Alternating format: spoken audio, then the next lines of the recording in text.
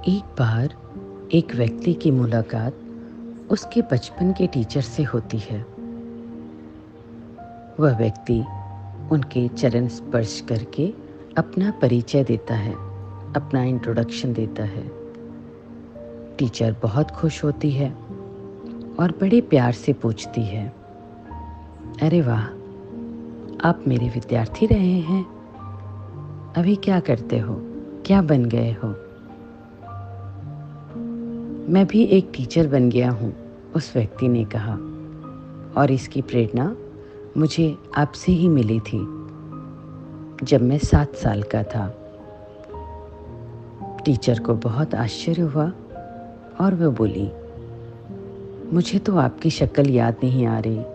उस छोटी सी उम्र में मुझसे कैसी प्रेरणा मिली थी आपको? तो वह व्यक्ति कहने लगा, अगर आपको याद हो, जब मैं 4th क्लास में पढ़ता था, तब एक दिन सुबह मेरी क्लास के एक बच्चे ने उस दिन उसकी एक महंगी घड़ी चोरी होने की आपसे शिकायत की थी, और आपने क्लास का दरवाज़ा बंद करवाया और सभी बच्चों को क्लास में पीछे एक साथ लाइन में खड़ा होने को कहा था। फिर आपने सभी बच्चों की पॉकेट चेक की थी। मेरी जेब से आपको घड़ी मिल गई जो मैंने चुराई थी, मगर आपने सभी बच्चों को अपनी आंखें बंद रखने को कहा था, इसलिए किसी बच्चे को ये पता ही नहीं चला कि घड़ी मैंने चुराई थी। टीचर, उस दिन आपने मुझे बेइज्जती और शर्म से बचा लिया था, और इस घटना के बाद भी कभी आपने अपने व्यवहार से मुझे यह नहीं लगने दिया कि मैंने एक गलत काम किया था।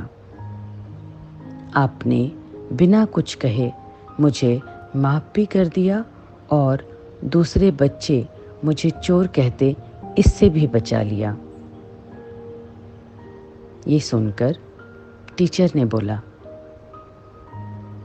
मुझे भी नहीं पता था बेटा कि वो घड़ी तुमने चुराई थी।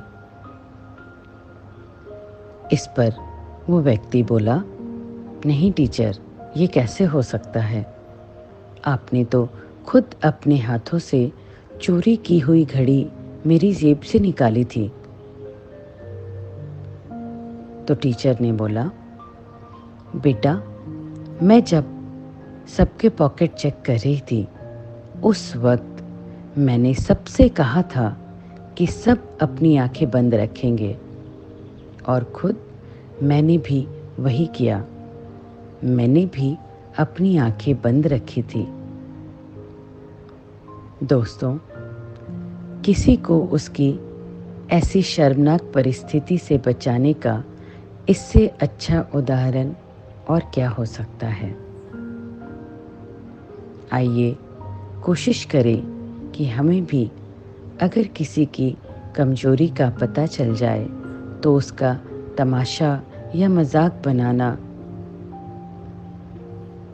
या उस इंसान को ये आभास भी नहीं होने देना चाहिए कि आपको उसके बारे में पता है। हमेशा सज़ा यानी पनिशमेंट ही इंसान को अच्छा नहीं बनाती, बल्कि माफ़ी और सम्मान से भी इंसान में बदलाव आते हैं। Stay happy and blessed. Thank you.